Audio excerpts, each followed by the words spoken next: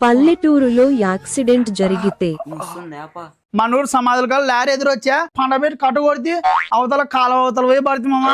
ఎలా చూడనా నా కొడుకుని ఎవరు చేతపాటు చేపించినట్టారా? ఏం లేదు చూడక అంత బాగానే కానీ కొంచెం గిడ పెద్ద కొంచెం పరిచిదే ఆయన ఏం కాదు.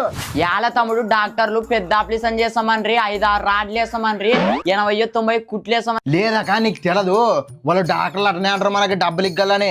ఇడ నాకు తెలిసిన కాడ ముచ్చిగిరిలో బాగా కట్టుకడతాడు ఆ మంచి. ఆ మంచోదికి నల్ల మేకవి పాలు నల్ల కొడు గుడ్లు తీసుకొని పోతే మనకు అట్టే అన్ను నేసి బాగా రుద్ది బాగా కట్టుకడతాడు. అడిగిపోదాంలే యాదోలే పాప లేచినాల మంచి కదే మన ఇంటి దేవుడు వెనుకున్నాడు కాబట్టి చిన్న చిన్న దెబ్బలతో బయటపడాడే అని ఆ కొడుకు ఆ రోజు చెప్తే మన ఇంటి దేవుని పోయి ఎంటకలు ఇచ్చి రాసి అని. నీ కొడుకు వింటాడా నా మాటలు? పెద్ద ఎదురు నా కొడుకు జమాడా వాడు.